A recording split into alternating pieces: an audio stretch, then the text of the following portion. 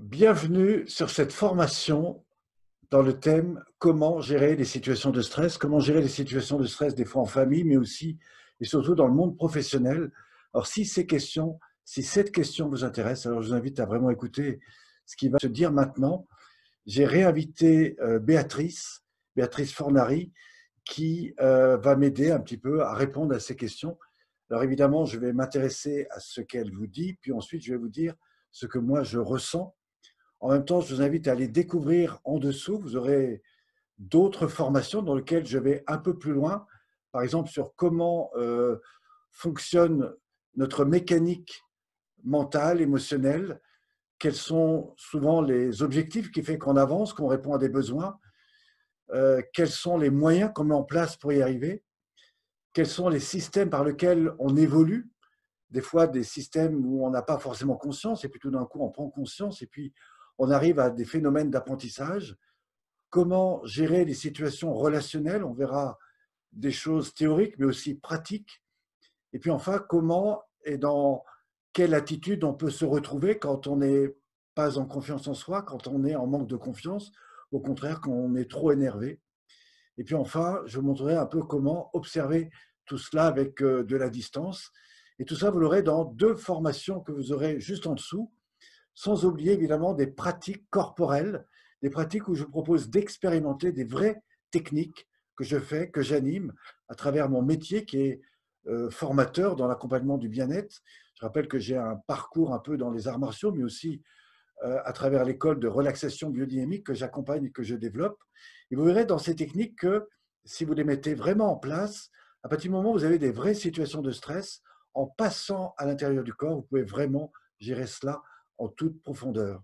Et puis enfin et surtout, vous aurez la possibilité d'écouter des vrais professionnels que j'ai été rencontrer. Certains m'ont demandé du temps et avec eux, j'ai posé un certain nombre de questions. Et autour de ces questions, vous verrez que selon les personnes que j'ai rencontrées, à la fois elles n'ont pas les mêmes réponses et pourtant elles disent la même chose et des fois dans des discours différents. Donc je suis sûr que si vous écoutez véritablement l'ensemble de tout cela, vous aurez beaucoup à apprendre. Alors évidemment, c'est une formation que je trouve unique parce que je n'ai pas trouvé aujourd'hui à ce jour sur Internet un programme qui rassemblait autant de professionnels et qui, pour le prix que vous avez payé, vous permet d'avoir autant de réponses. Alors c'est avec plaisir que je voudrais réaccueillir maintenant Béatrice Fornari. Bonsoir Béatrice. Bonsoir Pierre, bonsoir tout le monde. Alors Béatrice, merci d'avoir pris encore du temps. Aujourd'hui, quelles sont, de ton point de vue, les questions que se posent les personnes qui sont dans des situations de conflit? Euh, Comment interpréter, comment se vit aujourd'hui le conflit? Quelles sont, de ton point de vue, les peurs, les inquiétudes, que ce soit à travers la situation que nous vivons, ça peut être au niveau du stress lié à tout ce changement, des fois économique, familial, à tout ce que la société nous fait vivre aujourd'hui. Comment toi tu te situes et en même temps comment ça se passe au niveau des différentes personnes que tu accompagnes, que ce soit dans la gestion des fois des états émotionnels. Enfin, comment, et de ton point de vue, quelles sont les grandes questions que se posent les personnes autour de cette peur du conflit et de cette inquiétude des fois à savoir gérer des relations? Alors, la peur du conflit, elle existe si on a été très marqué par ça. Et pourtant, assez régulièrement, en tout cas moi, dans les personnes que j'accompagne et les entreprises dans lesquelles je travaille, c'est que plus on a peur du conflit, évidemment, plus on l'appelle et plus on l'attire. Et du coup, qu'est-ce qui se passe? C'est que dans notre vie, on vit du conflit et que du coup, eh bien, plus on en vit et plus on va en vivre. Et du coup, plus on en a peur. Et en vérité, une vie sans conflit, certaines personnes ne savent pas ce que c'est. Donc, Est-ce que, les... est-ce que tu veux Vas-y. dire que quand on est dans le conflit, quelque part, on l'emmène un petit peu avec nous et puis on l'entretient? C'est un peu comme dirait dans les lois martiales ou la médecine chinoise, quand on brûle le bois brûle et du coup, ça développe encore cette notion, je dirais, assez yang. Mais c'est exactement ça. Et souvent, moi, quand les personnes viennent me voir et qu'elles disent, bah voilà, moi j'en ai marre d'être énervée parce que à chaque fois, je rentre en conflit avec un tel, avec une telle, et puis du coup, je peux plus le supporter du tout. Donc, je suis déjà en conflit interne avec moi-même avant de voir la personne. Mais quand on va plus loin, justement, dans la question, ces personnes-là, elles ne se posent pas de questions. Comme tu disais, qu'est-ce que ces personnes-là se posent comme question? Elles disent, je ne veux plus être en colère, je ne veux plus être dans le conflit, je ne veux plus m'énerver contre, mais elles ne savent pas ce qu'elles veulent. Du coup, elles ne se posent pas de questions en fait.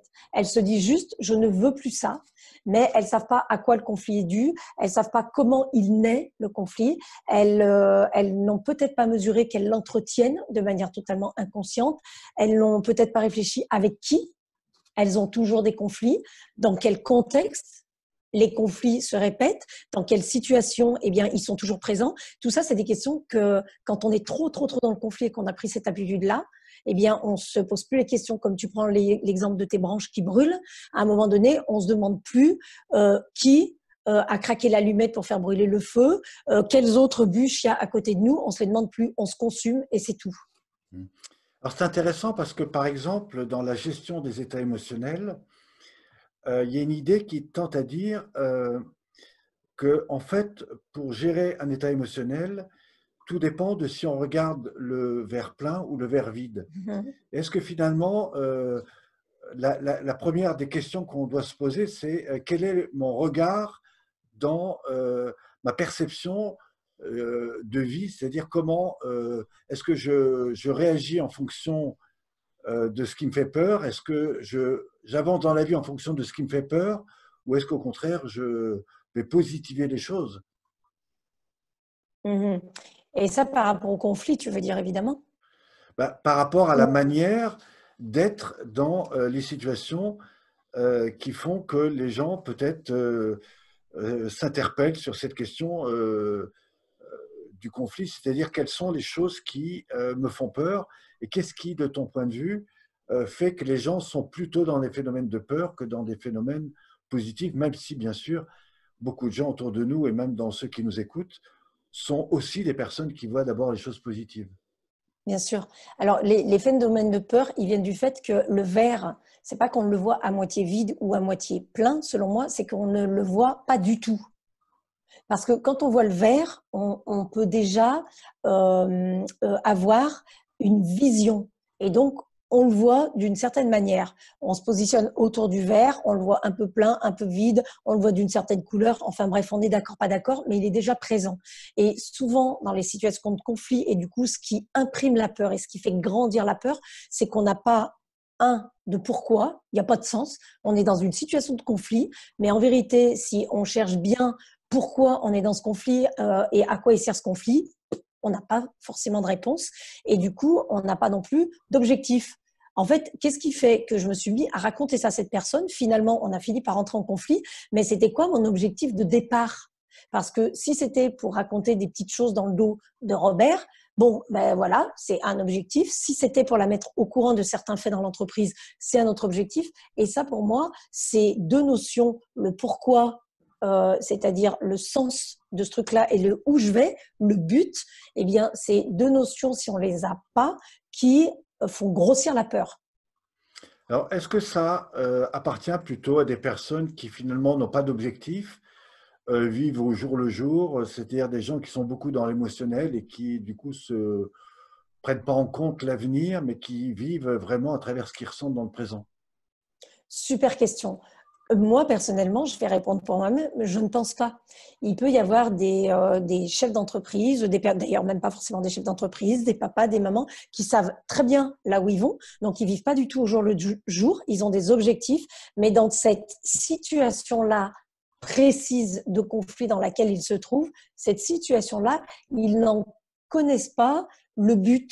Ils savent pas pourquoi d'un seul coup, comment dire, par exemple, on est dans un groupe, dans une équipe, dans l'entreprise, on discute d'un projet. Bon, tout se passe bien, tout ça pendant la réunion, et d'un seul coup, il y en a un qui dit bah, moi, je ne suis pas d'accord avec ce qu'on a défini comme plan budgétaire, parce que voilà, l'année dernière déjà, avec tel et tel client, on a perdu de l'argent là-dessus et tout ça. Et là, il y a quelqu'un qui va dire avec toi, Robert, tu n'es jamais d'accord de toute façon. Et là, le conflit va démarrer. D'accord. Mais en fait, si on regarde bien, cette situation de conflit-là, c'est quoi son objet et c'est quoi son but tant qu'on ne l'a pas redéfini et tant que quelqu'un dans l'Assemblée n'a pas dit « Ok, alors on va discuter, on peut discuter, on voit que vous n'êtes pas d'accord sur justement, c'est quoi l'objet? C'est la manière de faire, c'est cette modalité-là dans le projet. Donc ok, Robert, tu penses comment? Et là, on peut recentrer le conflit. Et justement, la discussion pour transformer parce qu'on saura où est-ce qu'on veut arriver exactement? On veut arriver à trouver une solution, un compromis par rapport à une modalité qui a été proposée dans le projet. Et c'est ça que j'appelle l'objectif de la situation. D'accord. Tu Donc, vois? ce qui est important, c'est encore une fois, peut-être aussi cette acceptation de l'autre dans sa différence. Oui. Et c'est de dire, ben, autour de la table, autour de mon équipe, autour du nombre que nous sommes en réunion ou dans l'entreprise, nous avons chacun des points de vue différents parce que nous sommes à des Oui. places différentes, parce que nous avons Oui. des objectifs et des besoins différents. Première étape, prendre en compte la différence de chacun. Et puis enfin, l'accepter. L'accepter en se disant, bah, tiens, qu'est-ce qui est important pour l'autre et en quoi l'autre a raison dans sa vision, dans sa perception. Et puis, à partir de là, comment chacun va pouvoir déjà exprimer là où il en est, ce qu'il ressent, de façon à ce que ça soit entendu par tout le monde. C'est exactement ça. Et la première chose, du coup, pour faire suite à ce que tu dis, c'est déjà de savoir ce qui est important pour soi. Parce qu'en fait, quand on entre en conflit, c'est qu'on défend quelque chose de très important pour nous. Alors peut-être qu'on ne le sait pas nous-mêmes, alors c'est encore plus difficile que les autres le sachent pour nous. Donc le premier élément à définir en introspection, c'est qu'est-ce qui est important pour nous, parce qu'on sait que c'est dès qu'on s'éloigne de ça qu'on va avoir potentiellement la possibilité d'aller vers le conflit. Oui, ce qui explique aussi l'idée que, évidemment, cette acceptation peut être différente selon les cultures, selon les Mm. croyances, selon l'éducation. Et évidemment, tout cela est à prendre en compte. Et bien sûr, c'est pas parce que j'écoute l'autre que je renonce à qui je suis. Et c'est ça qui est important de prendre en compte. Et la question, c'est de toi qui intervient beaucoup dans la gestion des états émotionnels, comment on peut, ou comment toi tu fais pour permettre à des gens d'être à la fois dans cette écoute et tout en préservant leur état émotionnel de façon à ce qu'ils ne se sentent pas rejetés ou qu'ils n'aillent pas dans l'inhibition de leur propre ressenti. Ouais. Oui, ça aussi, c'est vraiment une super question parce que ça touche le fond du fond de la gestion des émotions, c'est-à-dire que tes états émotionnels, ils sont directement liés à la manière dont tu perçois la situation. C'est-à-dire que si la situation, tu la perçois plutôt d'une manière positive, eh bien, ton état émotionnel, il va être plutôt favorable aux actions que tu vas engager et à la manière dont tu vas te comporter, qui va être appropriée. Et puis, si la manière dont tu perçois ce que tu es en train de vivre, ça t'emmène plutôt du côté négatif de tes états émotionnels, eh bien, évidemment que tes comportements, ils vont pas être forcément appropriés à la situation et que là, il peut y avoir des débordements. Et tout ça, c'est lié à tout ce qui s'est construit tout au long de ta vie en toi. Et c'est la raison pour laquelle c'est très important de mettre la culpabilité de côté en se disant, je sais que je rentre toujours dans le conflit, que je me mets souvent en colère là-dessus, que ça me touche beaucoup, que ça me fait souvent beaucoup de peine et que ça me décourage. C'est très important de pointer ça, exactement le mot que tu disais tout à l'heure, de l'accepter, de l'accueillir, parce qu'en fait, ce qu'on vient toucher là, d'après ce que notre cerveau nous dit, c'est notre valeur. Et la valeur que l'on se donne correspond à l'estime de nous-mêmes. Donc, si on est OK, bon, à peu près OK avec l'estime de nous et qu'on connaît notre valeur intrinsèque et non pas notre valeur en argent parce que je touche 5 000 € par mois, d'accord? Mais notre valeur, eh bien, forcément déjà, on va avoir la capacité, quand on n'est pas d'accord avec quelqu'un, quand il y a une agressivité qui nous arrive, on va être plus en capacité de prendre du recul, d'analyser la situation pour pouvoir y répondre de manière adéquate parce que on a en conscience que c'est pas retourné contre nous ce qui se passe. Mhm. Et donc, on n'est pas en train de nous attaquer et en train de vouloir nous écraser, même si de manière inconsciente, il y a une espèce d'intention qui pourrait être perçue comme ça. C'est juste que la personne en face de nous, elle n'arrive pas émotionnellement à gérer tout ce qui se passe pour elle. Et du coup, comme il faut qu'elle le libère et qu'elle le lâche, sinon elle va mourir Mhm. étouffée avec tout son émotionnel négatif, et ben elle le libère sur nous. Mais quand on se sent serein, posé, ancré et qu'on sait ce qu'on vaut en termes d'estime de nous, eh bien, forcément, ce qu'on reçoit dans le conflit, il n'a pas du tout la même intensité que quand on se sent très bousculé. Alors, c'est Voilà. intéressant Je ne parce sais pas si que, c'était clair. oui, tout à fait, ça répond en partie à la question de comment éviter ou comment on peut éviter tout ce qui génère des conflits. C'est donc cette première idée qui répond d'abord à la notion des valeurs. Alors, pour ceux qui peut-être nous écoutent et qui ne connaissent pas encore ce langage, une valeur, c'est quoi? Alors, la question, alors, il y a une différence, oui, fondamentale quand on cherche ce qui est important pour nous entre valeur et besoin.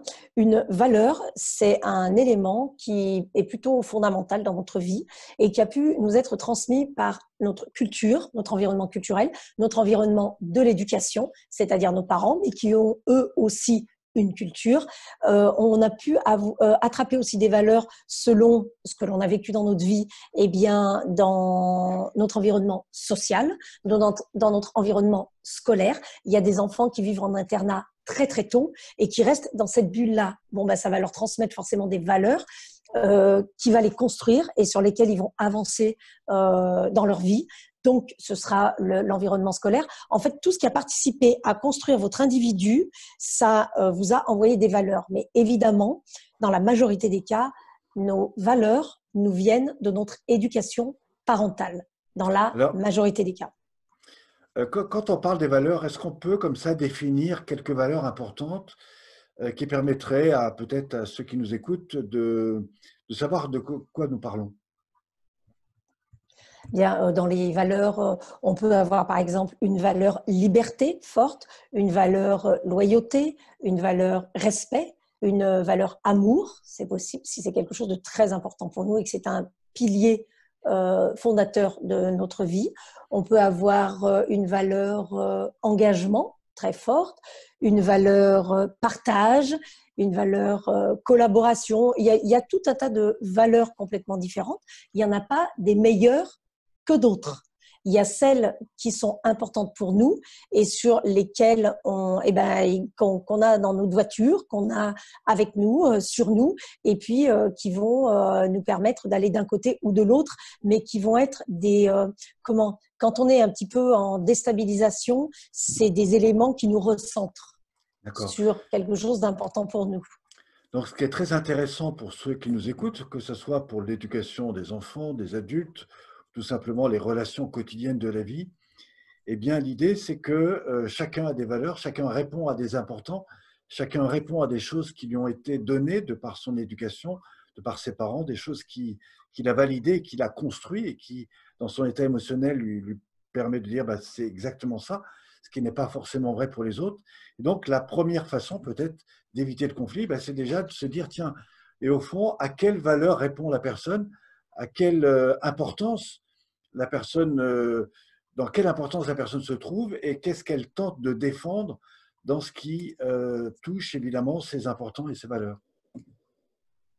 Ouais, carrément. Et puis même, j'irai plus loin. Je faisais une cohésion dans une entreprise et on commence par le système de valeurs individuelles pour ensuite se diriger vers le système de valeurs collectif. Et une fois qu'on a eu travaillé une demi-journée sur nos valeurs individuelles, les personnes reviennent, les collaborateurs de l'équipe, donc là ils étaient 12 et ils ont sur un paperboard leurs 5 valeurs fondamentales qui sont posées.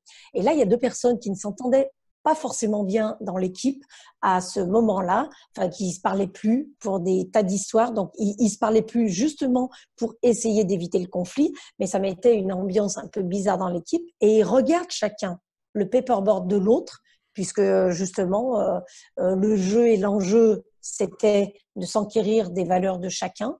Et il y en a un qui dit à l'autre, quand même, t'es gonflé parce que t'as mis la valeur respect sur ton paperboard et tu n'arrives jamais à l'heure aux réunions. Ah oui, c'est Donc intéressant. l'autre le regarde un peu interpellé comme ça. Bon, ok. Et il commence à comprendre que bah lui, c'est bien, oui, ça se fait pas arriver en retard aux réunions, mais en même temps, il arrive à 9h05 au lieu de 9h, c'est pas non plus un gros retard. Mais il avait jamais perçu cela comme un manque de respect. Et l'autre, c'est ce qu'il était en train de lui renvoyer. Et quasiment du tac au tac, il regarde le paperboard de celui qui venait de lui envoyer cette remarque et il dit, mais toi aussi, tu as écrit respect sur ton paperboard et c'est quand même bizarre, mais le matin, quand tu arrives au boulot, tu me dis jamais bonjour et tu appelles ça du respect. Alors, tu vois, c'était très intéressant parce qu'ils étaient en train de s'apercevoir qu'ils avaient la même valeur, mais qu'ils ne la faisaient pas vivre de la même manière. Il y en a un, pour un, la valeur, c'était respecter le timing parce que peut-être que derrière, il avait un besoin d'ordre ou d'organisation important. Et puis, il y en a un autre, eh bien, c'était de dire bonjour le matin, de se saluer, de créer un lien parce que peut-être que besoin derrière sa valeur respect, il avait un besoin de lien ou de partage. Donc, il ne vivait pas la valeur de la même manière. Et ça, c'est très intéressant aussi quand on travaille sur les valeurs comme le travail que tu proposes. Alors, je te remercie d'apporter autant de précisions. Et d'ailleurs, ça nous amène à cette troisième question, justement, dans cette notion de respect des valeurs ou pas, et tu l'as identifié. Est-ce que dans ces situations-là, il faut éviter ou pas le conflit? Est-ce que, parce que des fois, le conflit, c'est bien. La question, c'est qu'est-ce que ça dégrade ou pas? Qu'est-ce que ça touche ou pas? Et donc, la question, c'est à quel moment je peux considérer que c'est bien de me mettre en conflit ou pas? Et quelles sont, de ton point de vue, les règles ou les choses auxquelles il faut être très attentif, que ce soit évidemment avec des adultes, mais ça peut être aussi avec la famille, des enfants, des amis ou des gens dans le milieu professionnel. Mmh. Alors moi, je dirais que dans ce cadre-là, la chose la plus importante s'appelle l'empathie. Et à partir du moment où on déborde du cadre de l'empathie que l'on s'est fixé dans le groupe, déjà pour nous-mêmes et pour le groupe, là, on passe de la bienveillance à la malveillance et on peut même passer de la bientraitance à la maltraitance. Parce que la bienveillance est une caractéristique de la bientraitance. Et on a vite fait de maltraiter quelqu'un parce qu'on est malveillant, parce que notre empathie a des failles. Et donc, si on a des petites règles du jeu comme ça à se fixer, c'est se dire, tiens, bah, quand est-ce que moi je me trouve empathique ou pas, et à partir de quel moment je déborde de cela. Et exactement comme tu l'as dit, je trouve ça super important, avoir un cadre, c'est-à-dire on est dans une réunion de travail, on est dans une famille, il y a des règles et un cadre pour ne pas déborder vers un conflit qui pourrait aller trop loin dans le sens où il inviterait à une coupure de lien, à une rupture totale. Parce que oui, le conflit, on en a besoin. D'ailleurs, c'est dans les moments où on est en conflit avec nous-mêmes qu'on progresse souvent le plus parce qu'on est obligé d'aller chercher d'autres stratégies, d'autres ressources. Maintenant, le conflit tous les jours, c'est très énergivore. Et le conflit, à quoi ça sert? Eh bien, selon, je reviens sur cette question-là, mais selon le sens qu'il a, il va se déclencher et ça va être bon qu'il se déclenche, ou il va se déclencher et ça va aller beaucoup trop loin. Donc, pour moi, l'empathie et la bienveillance, c'est-à-dire, par exemple, le vocabulaire utilisé et dire, nous n'utilisons pas de vocabulaire familier ou de vulgarité. Et ça, c'est une limite dans le conflit. Et la première personne qui prononce un mot de cet ordre-là, ça veut dire que le conflit, il n'est plus là pour faire du bien, mais il est là pour détruire. Et ça, mais ça, c'est inhérent aux règles que chaque groupe ou chaque personne va se fixer. Et il y a des personnes qui s'insultent et puis que ça ne gêne pas parce qu'en fait, ils ont eu l'habitude de ça. Tu vois. Donc, c'est vraiment, il est certain que le conflit dans une famille italienne, même si c'est très caricatural ce que je vais dire, n'est pas exactement de la même forme que le conflit dans une famille suédoise. Voilà. Ou dans une famille japonaise.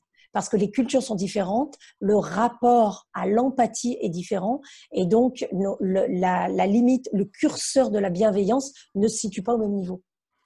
Donc, si on devait reprendre, pour aborder la quatrième question, quelle place prendre face au conflit?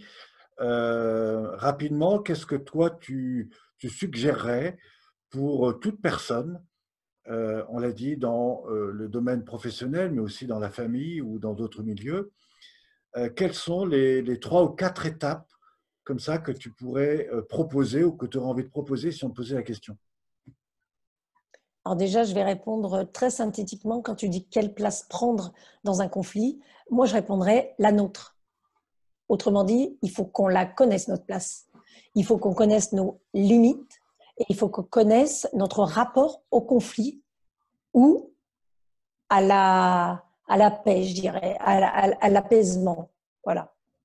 Et ça, c'est très important parce que c'est de cette manière-là qu'on peut se positionner dans un conflit. Il y a des personnes, et notamment les médiateurs, je pense à eux, qu'on appelle souvent dans les équipes, il y a des personnes qui, même quand c'est elles qui sont dans le conflit, elles sont très à même de rester calmes, sereines, et puis de poser sur la table qu'elles ne sont pas d'accord, qu'elles ne sont pas OK, que là, les mots sont allés trop fort, trop loin, trop bruyants, mais elle est quand même là, elle est quand même présente et elle accueille ça. Okay, et puis il y a des personnes qui ne peuvent pas gérer ça du tout, qui vont aller claquer la porte, et puis il y a des personnes qui vont se rendre l'appareil, donc si on leur crie dessus, ils vont crier, si on les insulte, ils vont insulter. Donc en fait, ce qui est très important, c'est que déjà dans le conflit, il faut connaître notre place. Nous, on est comment avec le conflit? On est bien dans un conflit quand il nous concerne, quand il ne nous concerne pas, quand il concerne une personne qu'on aime, quand il concerne une personne qu'on ne connaît pas du tout. Comment on se situe? Est-ce que quand on est dans un restaurant et qu'il y a des personnes qui commencent à se disputer à côté de nous, on se sent comment? Est-ce que c'est quelque chose qui nous passe au-dessus? Est-ce qu'on aimerait bien intervenir? Est-ce qu'on intervient juste pour essayer de calmer le jeu? Est-ce que du coup, on se dit, bon, on finit vite fait de manger parce que moi, c'est insupportable pour moi? Et ça, c'est la première chose que je propose aux gens. Votre place à vous dans le conflit, c'est laquelle? Donc, identifier son besoin, Mhm, redéfinir sa problématique.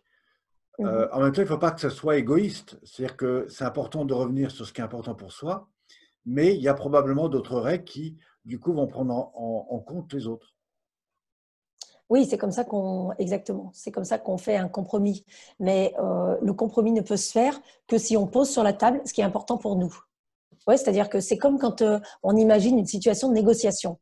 Quand deux entreprises négocient pour des tarifs ou pour, on prend Airbus ou des grosses entreprises comme ça, elles se mettent autour de la table et puis elles disent voilà, moi ce qui est important pour ma boîte, c'est ça, ça, ça. Donc tel prix, je peux pas le faire, tel délai, je peux pas le tenir. En revanche, tel avion, je peux vous le fournir, etc. Et chacun pose ce qui est important parce que nos importants vont correspondre à nos possibilités d'acceptation ou de refus. Mais la personne, elle va comprendre que c'est pas de l'affectif, que c'est pas de l'émotionnel, que c'est quelque chose de très factuel et pragmatique, parce que ce qui est important pour nous, c'est le lien. Et quand on rentre en conflit, pour nous, le lien n'est plus là. Ça nous crée un vide ou un manque.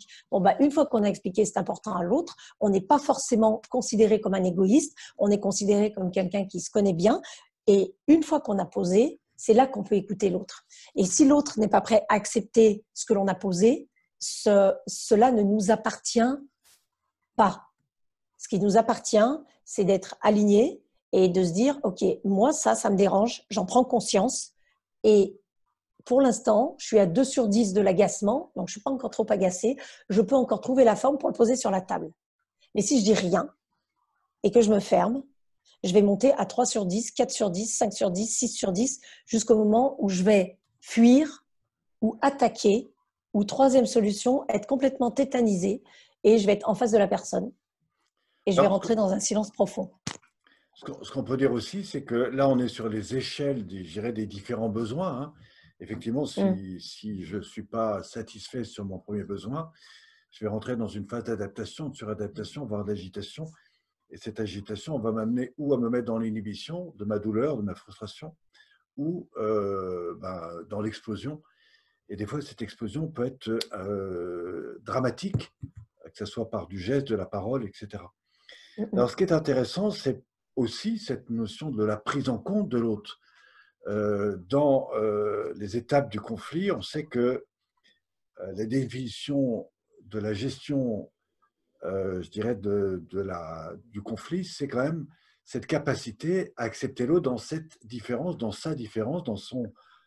sa représentation du monde qui est différent de la sienne. Et donc, ça, c'est des choses qu'il faut impérativement prendre en compte pour aussi évoluer. Qu'est-ce Absolument. que tu en penses par rapport à ça? Ah oui, absolument. C'est ce qu'on définit dans la terminologie d'empathie et c'est ce qu'on apprend. Le quatrième pilier de l'intelligence émotionnelle, c'est l'empathie et tous les systèmes qui s'y réfèrent. Et donc, l'empathie, c'est pas du tout se mettre à la place de l'autre, c'est pas du tout être sympa avec l'autre, c'est pas du tout rentrer dans la contagion émotionnelle et prendre tout ce qu'il a. C'est considérer ce qu'il nous dit et le comprendre. Okay, quand on prend en compte ce que nous dit l'autre, c'est de l'empathie cognitive. Quand on prend en compte ce que vit l'autre, c'est de l'empathie émotionnelle. Et ça, évidemment, que c'est inhérent à toute solution qu'on pourrait trouver dans un conflit, sauf qu'il y a des moments où on n'est pas capable de le faire. Si on n'est pas capable de le faire, on a tout à fait le droit de demander une pause. Peut-être que la pause, elle durera 2 jours, 3 jours, 1 heure, 10 minutes, peu importe, mais on n'est pas forcément capable de faire ça tout de suite, cet accueil-là. Et il y a des configuration, il y a des cas, peut-être que les personnes qui nous écoutent là, elles vont se dire « Ah ben moi au boulot, je suis très capable de faire ça, je reste super calme et tout ça. Par contre, avec mon conjoint, pas du tout. Il m'énerve, je suis pas capable de prendre du recul, je suis pas capable de m'assagir, je suis pas capable de l'écouter. » Et ça, c'est aussi très important parce que ça veut dire que ça vient toucher émotionnellement quelque chose de plus profond chez vous. Alors, ça tombe bien que tu abordes la notion du couple parce que ça arrive à notre cinquième question qui effectivement tourne autour du couple.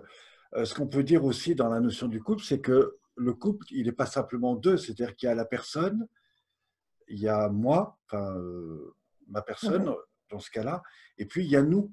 Donc il y a trois. Et par rapport à ça, qu'est-ce que toi tu as envie de nous partager par rapport à ton expérience peut-être de cette gestion qui peut être des fois des douleurs relationnelles, affectives, émotionnelles dans ces problématiques, notamment dans la vie de couple. Eh bien, on retrouve dans la vie de couple et dans les conflits de couple tout ce qu'on retrouve ailleurs, c'est-à-dire des valeurs qui ne sont pas honorées ou respectées, ou alors on a les mêmes, mais on n'a pas les mêmes critères pour les faire vivre. Et on retrouve dans le couple ce qu'on ne retrouve pas si souvent dans l'entreprise, c'est la notion d'affect. C'est-à-dire que si on s'est mis en couple, c'est pas pour un projet d'entreprise, c'est pas pour gagner de l'argent, c'est pas pour tout ça. Ça s'appelle une association. Ça s'appelle un partenariat. Si on s'est mis en couple, c'est qu'il y avait quelque chose de beaucoup plus grand que nous, qui s'appelle donc l'élément que tu as cité, la relation et tout ce qu'on construit dans cette relation et que donc la notion d'affect, c'est celle qui prédomine tout le reste. Donc, dès qu'on va pas être d'accord dans le couple, la première chose qui va se mettre en route, c'est notre affect. Et on est touché parce qu'on a en face de nous la personne logiquement qu'on aime le plus au monde, en tout cas avec laquelle on partage notre vie, même si on ne la partage pas physiquement vraiment. Et si on sent que cette personne n'est pas d'accord ou qu'elle va à l'encontre de nous ou que le conflit dure depuis trop de temps, eh bien, ça touche notre affect et on est absolument incapable de parler de factuel. Et c'est pour ça que tout à l'heure, je parlais aussi de sens. C'est que, notamment dans le couple, tant qu'on ne ramènera pas le conflit ou le début du conflit sur une histoire de sens, à quoi ça sert en fait ce conflit? Pour nourrir notre relation, il y a moi, il y a toi et il y a la relation. Si le conflit il sert pour la relation, eh bien du coup, on va en trouver une issue parce qu'à un moment donné, même après plus tard, on va pouvoir certainement en rire. Mais si il reste que dans l'affect, on va rentrer dans des jeux peut-être des jeux de pouvoir, peut-être des jeux psychologiques, peut-être des jeux d'enfants, en vérité, peu importe. Mais on va rentrer dans des jeux qui n'ont plus rien à voir avec le sens et avec la relation. Et on va être en binaire avec toi, moi. Et c'est tout. Alors, quand tu abordes la notion des jeux, le couple, il y a le couple qui se rencontre parce que ils ont les mêmes idées, ils ont les mêmes envies, ils ont les mêmes désirs, etc. Et ça arrive, mais c'est pas toujours le cas. Mmh. Il y a des Mmh. couples qui se rencontrent parce que tout d'un coup, ils vont trouver chez l'autre une partie d'eux qui manque. Et donc, du coup, ça va permettre des complémentarités, ce qui n'est pas forcément vrai pour une période longue. Et puis, il y a des couples qui sont aussi en réparation et qui peut-être ont besoin de se sentir, par des souffrances qu'ils ont vécues eux-mêmes, dans le besoin de s'auto-réparer en allant aider quelqu'un, etc. Et qui très souvent d'ailleurs amènent beaucoup de problèmes, notamment dans leur vie de couple, de réalisation. Et je dirais que c'est là-dedans qu'il y a les plus grandes difficultés, notamment sur la gestion, il me semble, de tout ce qui touche les émotions. Pourquoi? Parce que les gens n'ont pas du tout fait le travail sur leurs propres émotions. et tente de le faire sur la relation dans les émotions qui sont échangées, mais qui sont des fois pas compris ou mal vécues ou pas encore travaillées. Alors tout ça, évidemment, nous amène un petit peu à un sac de nœuds qui n'est pas évident, mais qui est en même temps important à rappeler. Et par rapport à ça, qu'est-ce que toi, en tant que spécialiste justement de la gestion des états émotionnels, tu peux proposer à ces couples qui aujourd'hui se posent peut-être la question du comment aller mieux, comment se rencontrer, ou plutôt comment ne pas s'éviter, ou des fois même comment ne pas se séparer pour reproduire ailleurs, mais au contraire, comment essayer de grandir avec ces difficultés. Alors là, je reviendrai encore une fois à l'introspection. Ce qui est très important quand on est dans une situation de conflit dans le couple, c'est se demander est-ce que c'est déjà arrivé dans ce couple-là? Est-ce que c'est déjà arrivé précédemment? Ok. Et se poser aussi la question si je parle d'émotion, qu'est-ce que je ressens quand je suis seule, donc n'appartenant pas à un couple, dans une relation de couple, et qu'est-ce que je ressens quand je suis avec ce binôme pour construire ma relation. Parce que ça, c'est très important. Et il y a des personnes qui vont s'apercevoir comme ça que quand elles sont seules, elles ne se sentent pas bien.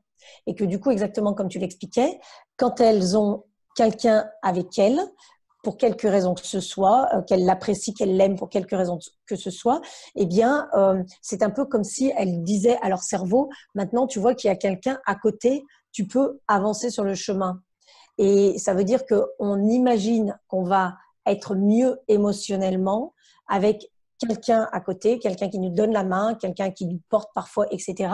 Mais sauf que si c'est un leurre dès le départ, à un moment donné, le conflit que l'on vit, il ne pourra jamais se réparer, le conflit. Et il va faire que grossir, grossir, grossir, parce qu'en définitive, soit l'un, soit l'autre, soit les deux, eh bien, on n'était déjà pas bien tout seul.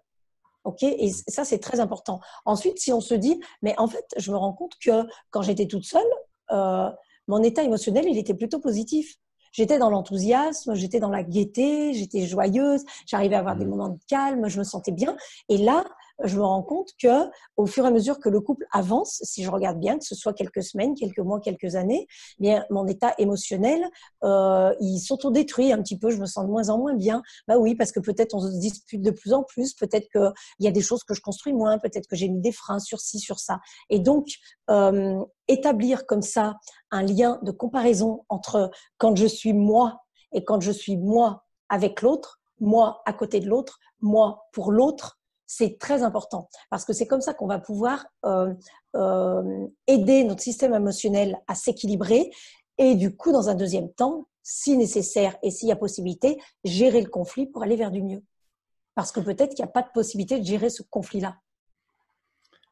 Écoute, merci en tout cas pour ces réponses. Je voudrais poser une dernière question qui me paraît très importante pour terminer un petit peu cette première présentation. Aujourd'hui, il y a des gens qui vont très bien et du coup, quand ils vont très bien, ils prennent plus en compte l'autre. Hein. C'est-à-dire que tant que ça va bien, ça va bien. Et ma question, c'est qu'est-ce que toi, tu préconises ou tu conseilles pour justement permettre dans un couple, même avancé, même surtout avancé, quelles sont de ton point de vue les petites choses qu'il est bien d'avoir pour maintenir le contact, pour faire en sorte que justement il n'y a pas de problématique, de conflit, ou plus encore que s'il arrivait quelque chose, on n'attende pas le dernier moment ou le moment où ce soit trop tard pour éclater. Et donc, c'est quelles sont les petites choses du quotidien qui positivement nous évitent d'avoir ces difficultés relationnelles, ou plutôt nous amènent à éviter qu'elles viennent. Ok. Alors moi, il y a deux choses que j'adore dans ces histoires de couples proposées et qui peuvent paraître paradoxales, mais en fait, qui nourrissent justement quelque chose de positif, c'est les rituels. C'est-à-dire que quand on a des rituels, se laisser un petit mot sur le frigo, s'embrasser quand on part, quand on vient, c'est des éléments de sécurité et ça nourrit la confiance. Et plus on va avancer, justement, plus les couples vont avancer dans quelque chose de positif, plus ces rituels, et puis ils vont en réinventer, les rituels vont évoluer, les rituels qui étaient valables il y a 10 ans, ils sont peut-être plus valables parce qu'on a évolué vers autre chose, on en a créé d'autres, mais en tout cas, ces petits rituels, ils sécurisent beaucoup et du coup, ils renforcent la confiance. Il renforce la confiance. Et un autre élément qui va renforcer la confiance, qui est quand même un ciment, notamment dans le couple, c'est comme ça qu'on peut gérer un conflit. S'il n'y a pas de confiance ou plus de confiance, le conflit va être plus compliqué à gérer. Parce que du coup, on a dans le regard de l'autre et dans le renvoi de l'autre quelque chose qui est comme une rupture dans la relation. Et donc, on a nos petits rituels. Et de l'autre côté, justement, en paradoxe des petits rituels, c'est les surprises. Voilà, la surprise de un jour, tiens, quelque chose qui n'était pas prévu, on est en pleine semaine, on dit je vais rentrer un peu plus tôt pour qu'on soit un peu plus ensemble, ou alors pour que du coup je puisse laisser un peu de temps à ma chérie ou à mon chéri de s'occuper des enfants ou de faire l'inverse. Voilà, les surprises que l'on peut créer et qui montrent aussi à l'autre qu'on lui apporte de l'attention et de la considération. Et ça nourrit aussi beaucoup la confiance. Parce qu'on se dit, c'est une personne qui est capable de s'adapter, qui est flexible, qui est ouverte, puisqu'elle fait des petites surprises. Et la personne qui reçoit la surprise aussi, la capacité de l'accueillir et dire, ah, super. Et puis, si c'est pas super, là, suffisamment de confiance pour pouvoir le dire. Mais en général, c'est des petites choses qui marchent bien. Donc voilà, c'est deux petits outils que je donnerais. Les rituels qu'on peut se construire et se faire vivre entre nous, parce qu'en plus, ils participent de l'intimité, parce que le rituel qu'on a avec une personne, on l'a pas avec une autre. Et puis, les surprises qui peuvent être là de temps en temps et qui nourrissent ce qui pétille et puis ce qui peut nous garder joyeux et heureux dans cette confiance-là, voilà, dans cette relation. Eh bien, écoute, merci. Je rappelle d'ailleurs que ces rituels, on peut les faire avec la personne que l'on aime, mais aussi, et pourquoi pas avec ses enfants, avec des amis, Carrément, ou en tout cas avec carrément. des gens qu'on a envie de garder dans nos relations. Et tout ça est vrai pour toutes les situations de vie, de rencontre. Je rappelle d'ailleurs que même dans des situations des fois un petit peu dramatiques, ça peut être avec la police ou quoi que ce soit, eh bien, en prenant en compte ce qui était important chez l'autre, je me suis sorti de beaucoup de domaines. Et ça, c'est quelque chose de très important. Alors, je voudrais vraiment te remercier de nous avoir apporté toutes ces informations, Béatrice. Avant de nous quitter, je voudrais juste que tu nous dises un petit peu qu'est-ce que tu fais de plus important et comment les gens peuvent te rencontrer et qu'est-ce que tu peux leur proposer rapidement, que ce soit à travers une séance, un stage ou quelque chose que tu fais et que tu pourrais peut-être offrir à ces personnes. Alors, moi, ce que je fais, donc, je suis coach et conférencière sur l'intelligence émotionnelle. Donc, je travaille exactement comme tu l'as dit, sur tout ce qui concerne la gestion des émotions, mais d'un point de vue neuroscientifique. Donc, j'apprends aux gens à identifier leurs émotions, à les exprimer, à les comprendre pour pouvoir les gérer en leur expliquant qu'on est tous capables de le faire parce qu'on a un cerveau là-dedans qui s'appelle le cerveau limbique et qui, lui, maîtrise et contrôle nos émotions, sinon on n'apprend pas à le faire. Voilà. C'est comme si on avait un cerveau qui contrôlait nos multiplications, notre manière de parler, etc. Non, ça, on a appris à le faire à l'école. Donc, on peut aussi apprendre à gérer nos émotions. Ça, c'est mon cœur de métier, c'est mon cœur de passion. Je le fais avec des familles, je le fais dans les entreprises, je le fais avec des ados. Et donc, ce que j'exerce principalement, c'est l'accompagnement. On peut l'appeler coaching, on l'appelle comme on veut, qu'il soit individuel ou collectif à travers des ateliers. C'est ce que je fais principalement. Donc, j'engage les personnes à me contacter sur les différents réseaux sur lesquels ils me trouveront, que ce soit le réseau professionnel LinkedIn ou bien Facebook, à mon nom personnel. Voilà, ça c'est ma page personnelle. Et puis, j'ai une page professionnelle qui s'appelle Be Enjoy Attitude.